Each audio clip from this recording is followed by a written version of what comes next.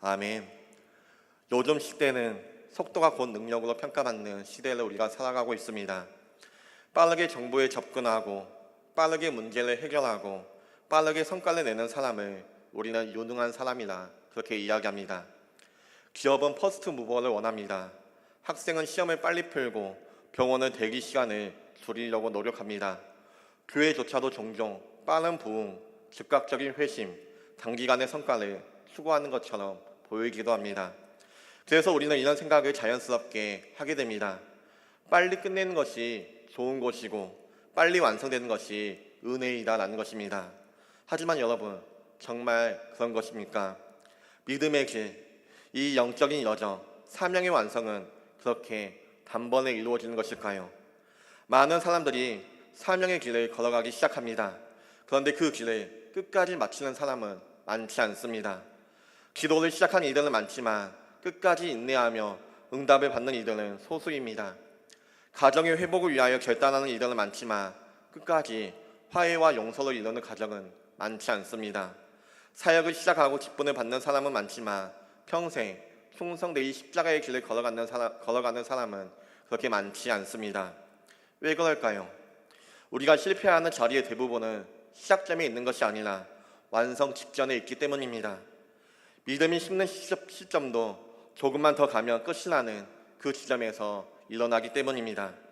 우리 영혼의 가장 치열한 전투는 거의 다 왔다, 거의 끝이 왔다 라는 바로 그 순간에 벌어지는 것입니다.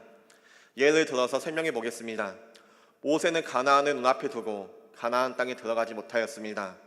다윗은 왕이 되기 전 가장 큰 죽음의 위기를 겪었습니다.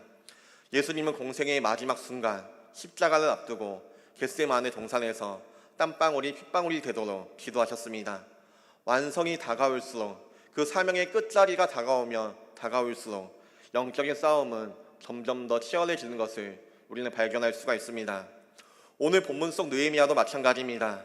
그는 예루살렘 성벽 재건이라는 위대한 사명을 거의 마무리했습니다. 모든 허물어진 성벽은 메꾸어져 갑니다. 단 하나, 성문의 문짝만 달면 모든 일들이 마무리되는 시점입니다. 바로 그때 산발락과 도비야와 게셈과 같은 대적이 다시 등장합니다. 이것은 결코 우연이 아닙니다. 사탄은 처음보다 끝에 더욱더 집요하게 노립니다. 왜냐하면 끝나지 않는 사명은 결국 실패이기 때문입니다. 오늘 말씀, 본문 1절 말씀은 이렇게 시작합니다. 우리 1절 말씀 함께 읽겠습니다.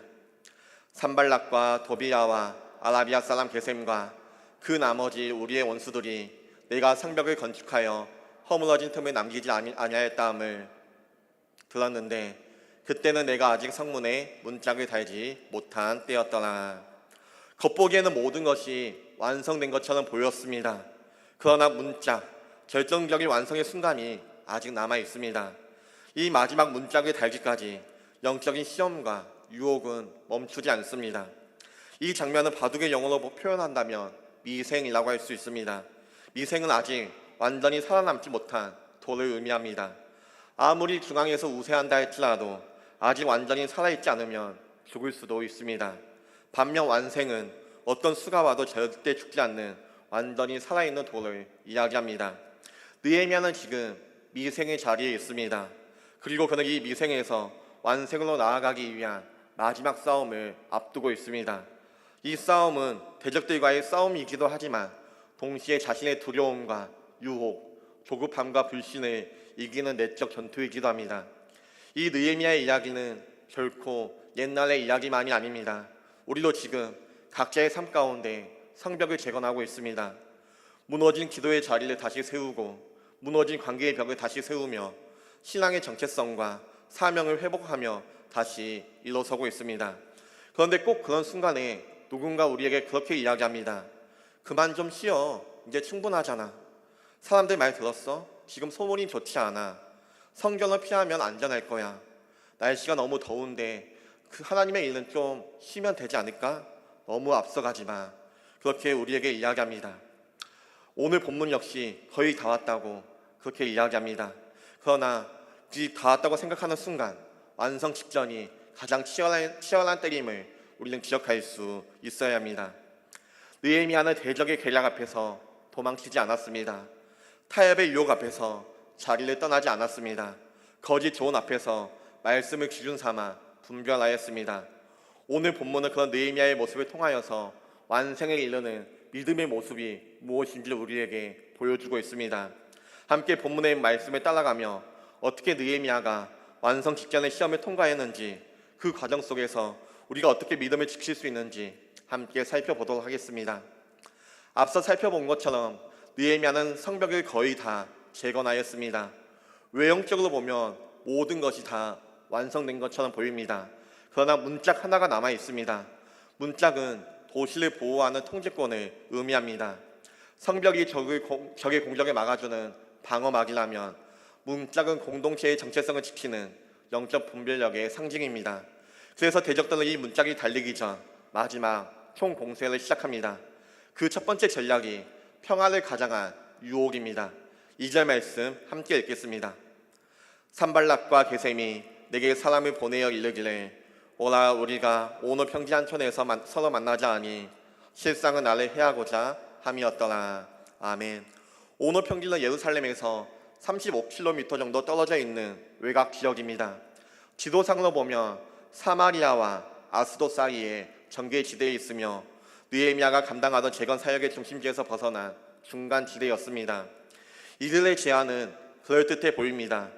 이제 성벽도 거의 다 재건되었으니 싸우지 말고 우리끼리 평화회담을 하자, 그렇게 제안하고 있는 것입니다. 충분히 수고했으니 내려와서 정치적인 대화를 하자라는 것입니다. 어떤 면에서는 성숙하고 평화적인 제안처럼 보일 수 있습니다. 하지만 본문은 그들이 나를 해하고자 함이라는 의도를 가지고 있다고 이야기하고 있습니다. 이것은 유혹의 교묘함입니다. 대적들은 강하게 공격하지 않습니다. 유혹으로 부드럽게 다가옵니다. 그들은 칼을 들지 않았습니다. 대신 사람을 보냈습니다. 그들을 위협하지 않았습니다. 대신 대화를 제안합니다. 그들은 전면전을 펼치지 않았습니다. 대신 중간 지대로 유혹합니다. 이들의 목적은 분명합니다. 그를 성 밖으로 끌어보내어 사명의 자리를 비우게 하는 것에 있었습니다. 외딴 곳에서 암살할 수도 있었고 재건을 중단하게 만들 수도 있었던 것이었습니다. 그런데 느헤미야는 이 부름에 단호하게 거절합니다. 3절 말씀 함께 읽겠습니다. 내가 곧 그들에게 사자들을 보내어 이르기를 내가 이제 큰 역사를 하니 내려가지 못하겠노라. 어찌하여 역사를 중지하게 하고 너희에게로 내려가겠느냐. 아멘. 아멘. 느헤미야는 자기 사역을 이렇게 부르고 있습니다. 큰 역사라 그렇게 부르고 있습니다. 여기서 크다라는 말은 단순히 규모가 크다라는 것이 아니라 하나님이 맡기신 거룩한 일을 하고 있다는 것입니다. 성벽을 쌓는 것은 단순히 건축 사업이 아닙니다. 이스라엘 정체성을 회복하는 것이며 하나님의 백성으로서 거룩함을 세우는 위대한 일을 하고 있는 것이었습니다. 느헤미야는 이렇게 이야기합니다. 나는 하나님의 이 거룩한 사역의 중심에 서 있다. 그러므로 자리를 비울 수 없다고 담대하게 이야기하고 있는 것입니다. 이 말은 단순한 거절이 아니라 자신의 사명을 고백하고 있는 고백입니다. 그는 알고 있었습니다. 지금 자리를 비우는 순간 재건은 멈추게 되고 백성들은 흔들리며 대적의 계략은 성공할 것이라는 것을 알고 있었습니다. 사랑하는 성도 여러분, 오늘 우리의 삶에도 오노 평지가 존재합니다. 그곳은 타협의 자리입니다. 내가 믿음의 길을 걸어가다가 흔들리는 자리입니다. 영적 전선을 떠나고 싶어지는 유혹의 자리입니다. 사역에서 손을 떼고 싶어지는 회의의 순간이며 신앙을 지키되 적당히 세상과 섞이고 싶은 마음이 가득한 자리입니다. 이 모든 것이 영적 오노 평지입니다. 그것은 좀 쉬었다 가자, 너무 앞서가지 말자, 사람들과 좀 타협하자 라는 말로 우리에게 다가옵니다. 겉으로는 평화를 이야기하지만, 겉으로는 나의 안전을 생각하는 것 같지만 사실은 하나님이 주신 사명을 중단시키려는 계획을 가지고 있습니다. 기억하십시오. 중단된 사명은, 마무리되지 않는 순종은 결국 실패와 같다는 것입니다. 느헤미야는 대적들의 제안을 4번이나 거절합니다. 4절 말씀 함께 읽겠습니다. 그들이 4번이나 이같이 내게 사람을 보내되 나는 꼭 같이 대답하였더니. 사단의 유혹은 한 번으로 그치지 않습니다. 그러므로 우리는 한 번의 분별이 아니라 지속적인 영적 깨어있음이 우리에게 필요합니다. 한 번의 아멘으로 끝나는 것이 아니라 매일 우리의 삶이 아멘의 반복이 될 수가 있어야 합니다. 하루의 결단만이 아니라 매 순간 사명의 자리를 붙드는 인내가 우리 가운데 있어야 하는 것입니다. 느헤미야는 오늘 평지로 가지 않았습니다. 그 이유는 단순히 위험해서가 아니라 하나님이 맡기신 자리를 지키기 위해서였습니다.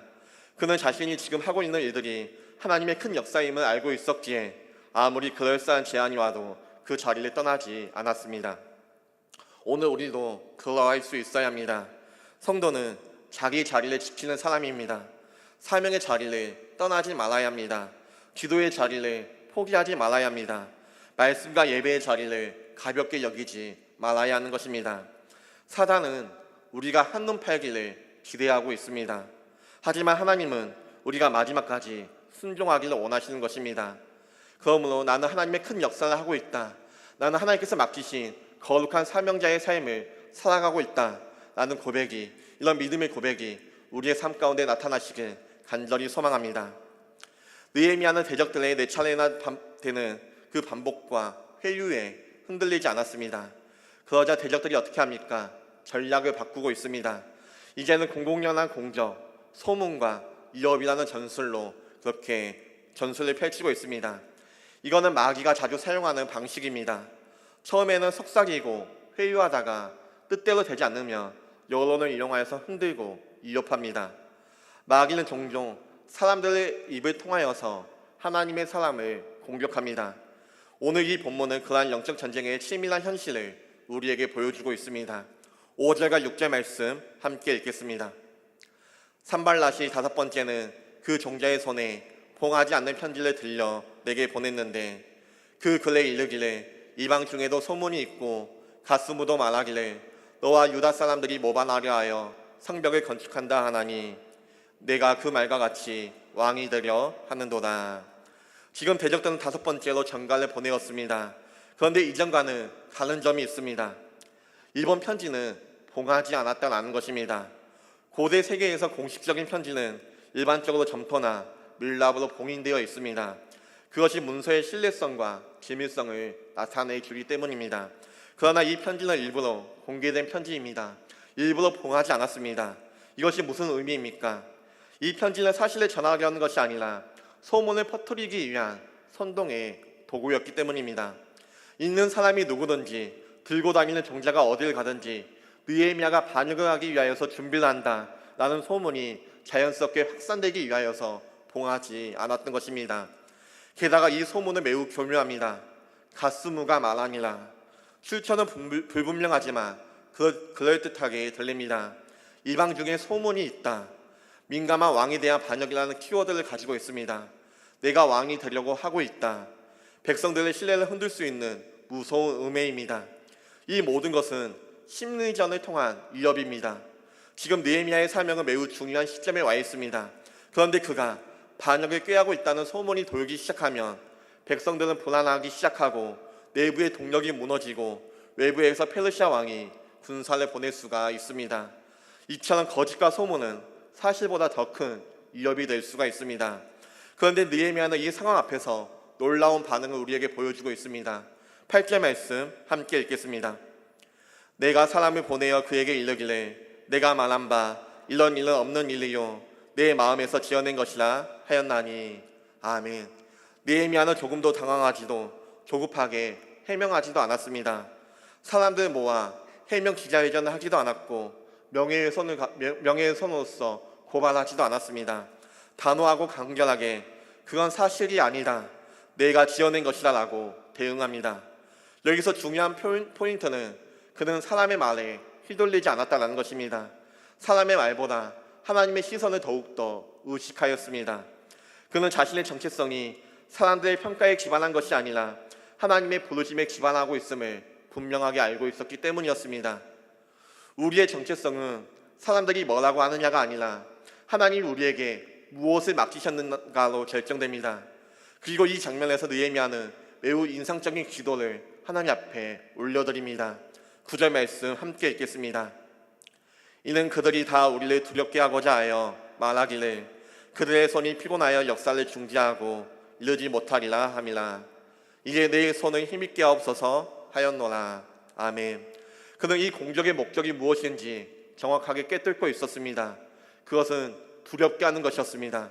지치게 하고 포기하게 만드는 것이었습니다. 사명을, 하나님께서 맡기신 일들을 중단하게 하는 것이었습니다. 그러나 느헤미야는 그 순간 사람들에게 호소하지 않았습니다. 그는 하나님께 손을 들며 나아갑니다. 하나님이여, 이제 내 손을 강하게 하여 달라고 고백하며 간구하며 나아가는 것입니다. 이 기도는 단순한 문장이 아닙니다.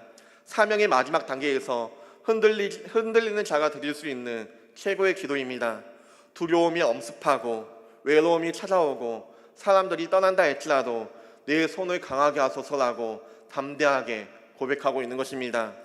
사랑하는 성도 여러분, 우리의 삶의 자리에도 거짓 소문이 끊임없이 그렇게 들려옵니다. 너는 안 될 거야. 너 때문에 망했어. 너 때문에 이 일이 이 지경이 되었어. 너는 자격이 없어 라고 끊임없이 우리에게 손가락질하고 우리에게 비방합니다. 이런 말들이 우리의 귀에 속삭입니다. 마치 하나님이 아닌 사람들의 목소리가 우리의 사명의 기준이 된 것처럼 우리를 흔들고자 합니다. 하지만 우리는 사람의 말에 반응하는 존재가 아니라 하나님의 부르심에 반응할 수 있어야 합니다.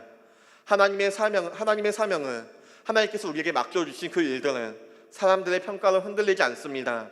하나님의 손이 강하게 하시면 우리는 계속 나아갈 수가 있습니다. 느헤미야는 공개적인 모욕과 거짓 소문 앞에서도 당황하지 않았습니다. 그는 단호하게 거절하였고 해명보다 기도를 선택하였으며 사람들의 말보다 하나님의 손에 시선을 고정하였습니다. 그러므로 우리도 이렇게 느헤미야와 같이 간구하며 기도하며 나아갈 수 있어야 합니다. 하나님, 이제 내 손을 강하게 하여 주옵소서. 사람의 말이 아닌 하나님의 시선에 더욱더 귀를 기울이며 나아갈 수 있는 내가 되게 해달라고 우리는 기도하며 나아갈 수 있어야 합니다. 느헤미야는 대적 산발락과 도비아의 회유와 위협을 분별력 있게 이겨냈습니다. 그는 자리를 떠나지 않았고 소문에 휘둘리지 않았으며 기도로 반응하였습니다. 하지만 대적은 포기하지 않습니다. 이제 더 치밀하고 교묘한 전략을 사용합니다. 그것은 거짓 예언과 왜곡된 영성이라는 이름의 유혹입니다. 10절 말씀 우리 함께 읽겠습니다. 같이 읽겠습니다. 이후에 무에다발의 손자 들라야의 아들 스마야가 두문문출하기로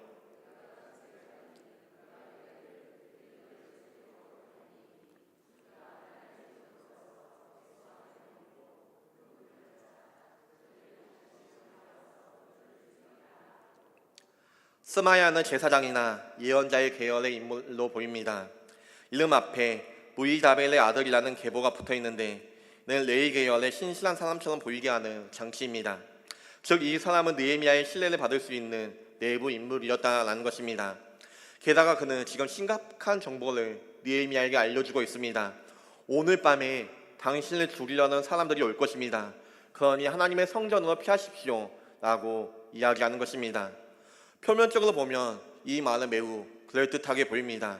생명을 보호하자는 말이고 하나님의 성전이라는 말까지 쓰이며 상당히 신앙적이고 경건한 것처럼 보입니다. 그리고 이 말을 하는 사람이 바로 제사장입니다. 바로 여기에 유혹의 핵심이 숨어 있습니다. 거짓은 늘 반쯤은 진짜처럼 보이기에 강력합니다. 그리고 이 단계에서 가장 위험한 유혹, 신앙을 가장한 불신앙의 모습이 우리에게 나타나고 있습니다. 느헤미야는 총독입니다. 그는 레위인이 아니며 성전 안, 특히 지성소 혹은 내전에 들어갈 수 없습니다. 민수기 18장 10절 말씀에 따르면 제사장이 아닌 자가 성소에 들어가며 죽임을 당하는 것입니다. 이것은 단순히 장소의 문제가 아니라 하나님의 율법과 질서의 문제였습니다. 그러나 지금 스마야는 생명을 보존하기 위하여서 율법을 어기라고 이야기하고 있는 것입니다. 여기서 느헤미야는 분별력을 그렇게 발휘합니다. 11절 말씀 함께 읽겠습니다. 내가 이르기를 나 같은 자가 어찌 도망하며 나 같은 몸이며 누가 외소에 들어가서 생명을 보존하겠느냐. 나는 들어가지 않겠노라 하고. 아멘. 이 말은 느헤미야의 신앙의 정체성을 잘 보여주고 있습니다. 그는 자기 자신을 사명자로 인식하고 있습니다. 그는 목숨보다 더 중요한 것이 하나님의 뜻에 순종하는 것이라는 것을 잘 알고 있었습니다. 그는 하나님의 이름을 사용하는 조언이라 할지라도 말씀이 기준이 되지 않으면 따르지 않았습니다. 이것이 진짜 믿음입니다. 하나님의 뜻에 어긋난 안전은 결코 안전하지 않다는 것입니다. 사람들은 위기의 순간에 자신을 보호하려고 합니다. 그리고 때로는 신앙이라는 이름을 가지고 자기를 보호하고 합리화하려고 합니다. 하나님도 이 정도는 이해해 주시겠지. 내가 잠시만 피하면 이 사명은 나중에 할 수도 있어. 나중에 하나님의 일을 내가 좀 더 건강해지면 더 하나님의 일을 잘할 수 있잖아. 하나님도 내 사정 잘 아시잖아. 하지만 느헤미야는 그런 합리화의 길을 선택하지 않았습니다. 그는 죽을 각오를 하더라도 하나님의 말씀에 벗어나지 않았습니다. 왜냐하면 그에게 있어 생명보다 말씀을 지키는 것이 더욱더 중요했기 때문입니다. 12절과 13절 말씀에서 이 사건의 정체가 드러납니다.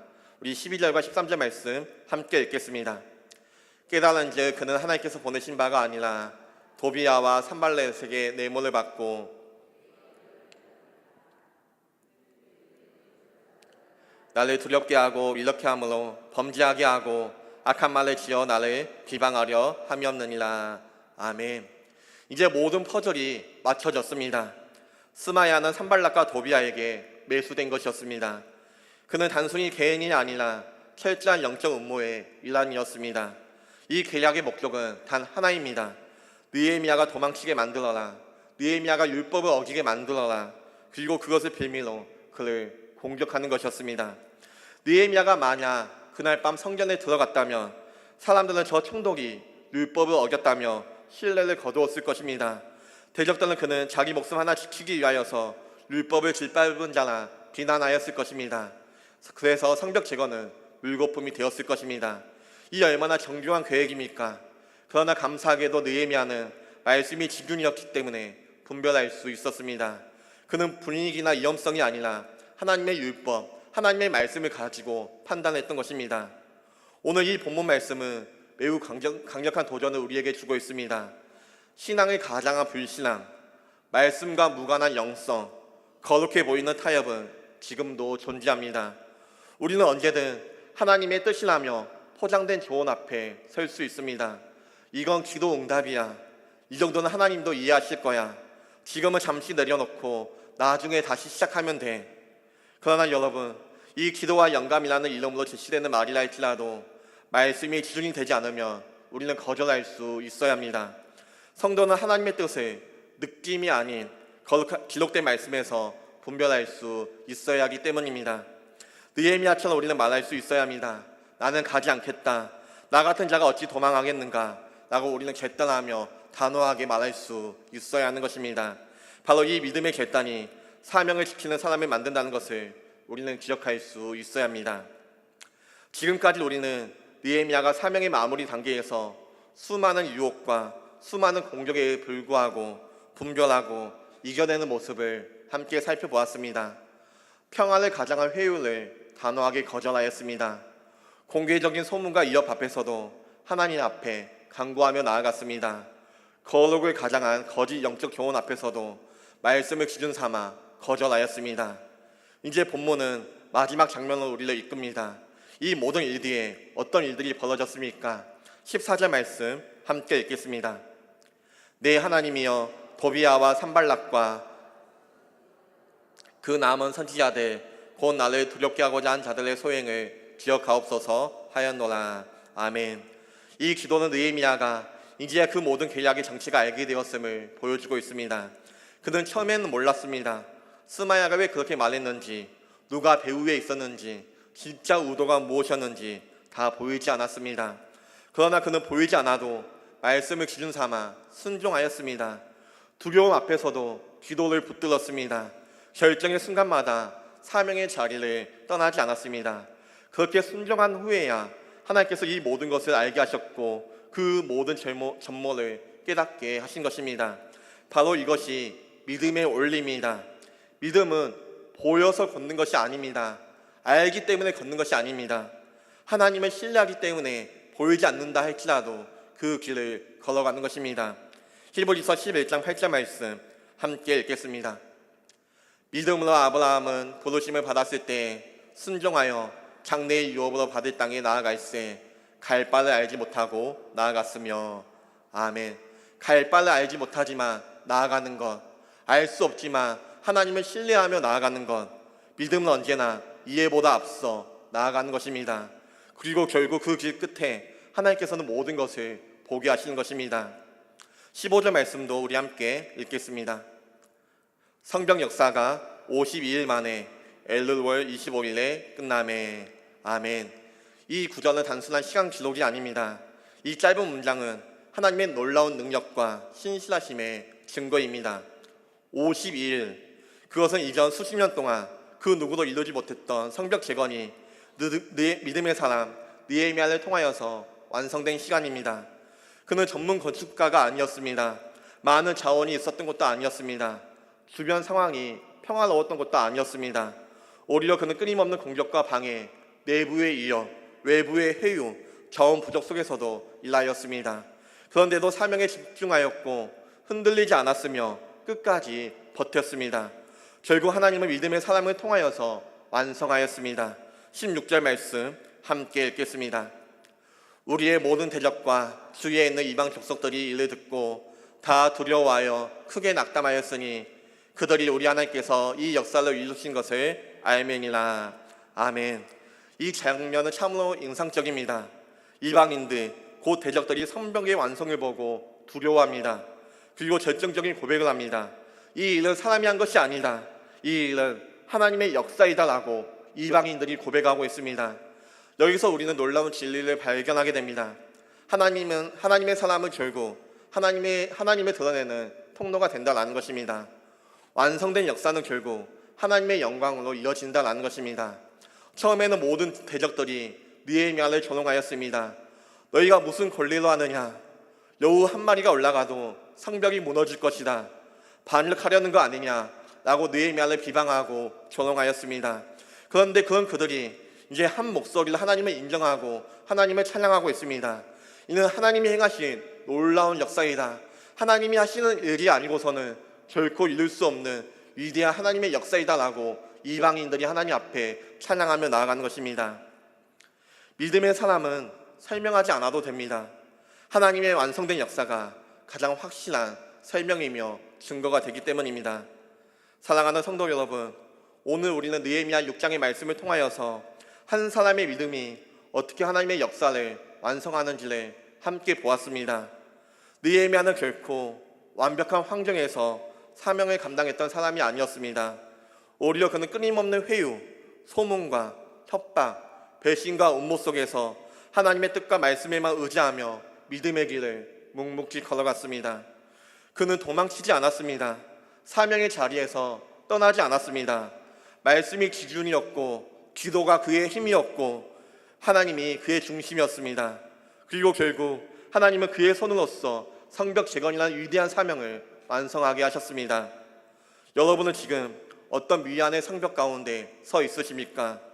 응답되지 않는 기도, 회복되지 않는 관계, 중단된 사역, 흔들리는 정체성. 완성은 결코 스스로 오지 않습니다. 믿음으로 끝까지 서 있는 자에게 하나님께서 은혜로서 선물로 이루시게 하십니다. 기억하시기 바랍니다. 믿음이 먼저입니다. 이해는 그 뒤에 옵니다. 믿음으로 순종하면 하나님께서는 완성이라는 선물을 우리에게 허락해 주실 것입니다. 이 사실을 믿으며 승리하며 살아갈 수 있는 우리 모두가 되시길 소망합니다. 우리 함께 나는 믿네 함께 찬양하며 나아가겠습니다.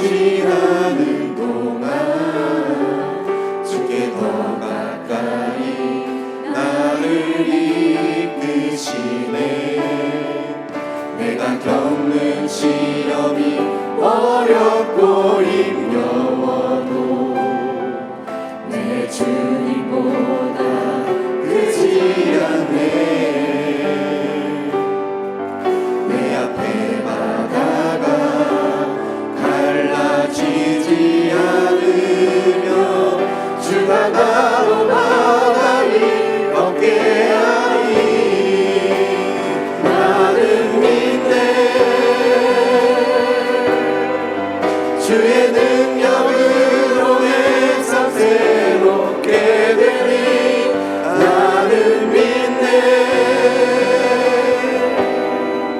주의 능력으로 담대히 나가리라. 주와 함께 싸워 승리하리라. 날마다 믿음으로 나 살아가리. 내게 허락하신 시련을 통해 내게 허락하신 시련을 통해 나의 믿음 더욱 강하게 자라나고 험한 산과 골짜기 지나는 동안 주께 더 가까이 나를 이끄시네. 내가 겪는 시험이 어렵고 힘겨워도 내 주님보다 크지 않네. 내 앞에 바다가 갈라지지 않으며 주가 나로 바다를 걷게 하니 나는 믿네. 주의 능력으로 내 삶 새롭게 되리 나는 믿네. 주의 능력으로 담대히 나가리라. 주와 함께 싸워 승리하리라. 날마다 믿음으로 난 살아. 나는 믿네. 나는 믿네. 주의 능력으로 내 삶 새롭게 되리 나는 믿네. 주의 능력으로 담대히 나가리라. 주와 함께 싸워 승리하리라. 날마다 믿음으로 난 우리 앞서 고백하겠습니다. 나는 믿네. 나는 믿네. 주의 능력으로 내 삶 새롭게 되리 나는 믿네.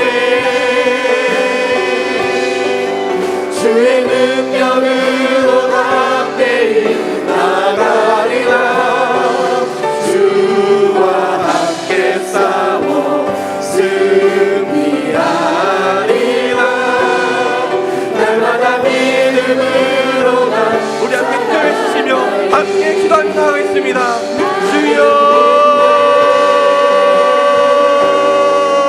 주의 능력으로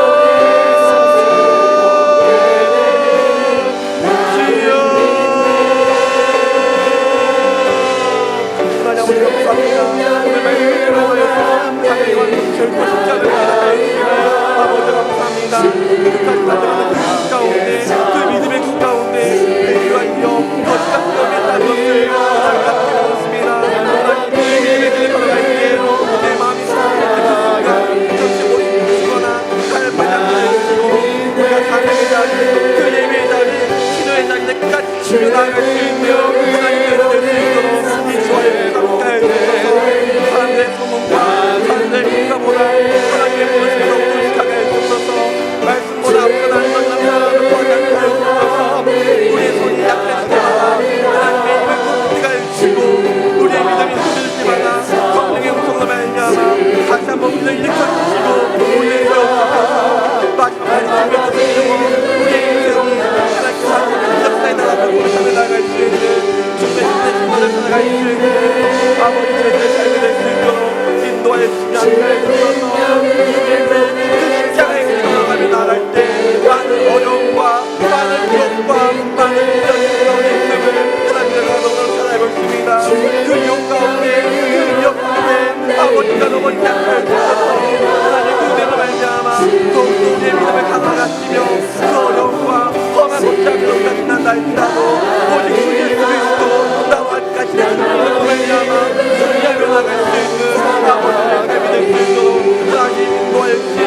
함께하여 주소서. 하나님의 말씀만이 우리의 삶의 힘이 되게 하여 주소서. 오직 주의 말씀만이 우리의 삶의 힘이 되고 하나님의 말씀에 순종하며 하나님의 말씀을 잡아서 분별하며 살아가시기를 아버지 우리의 삶이 될 수 있도록 아버지 우리의 성도 가운데 함께하여 때로도 우리는 너무 고단하지만 삶의 삶이 있습니다. 유혹이 삶이 있습니다. 아버지 그 유혹이다 삶의 삶이 있고 아버지 약하여 주소서. 우리가 누워있지 않게 주소서. 오직 주를 믿으며 나와 함께 하시는 주 예수 그리스도를 믿으며 신뢰하며 살아갈 수 있는 내 삶이 될 수 있도록 하여 주소서. 나의 능력이 아닌 주님의 능력을 말미암아 내 삶을 쓰게 하시고 오직 주의 능력을 말미암아 신뢰하며 살아갈 수 있는 나의 삶이 될 수 있도록 주여 함께해 주소서. 주의 능력을 말미암아 주님과 함께 신뢰하며 살아갈 수 있는 우리의 삶을 살아갈 수 있는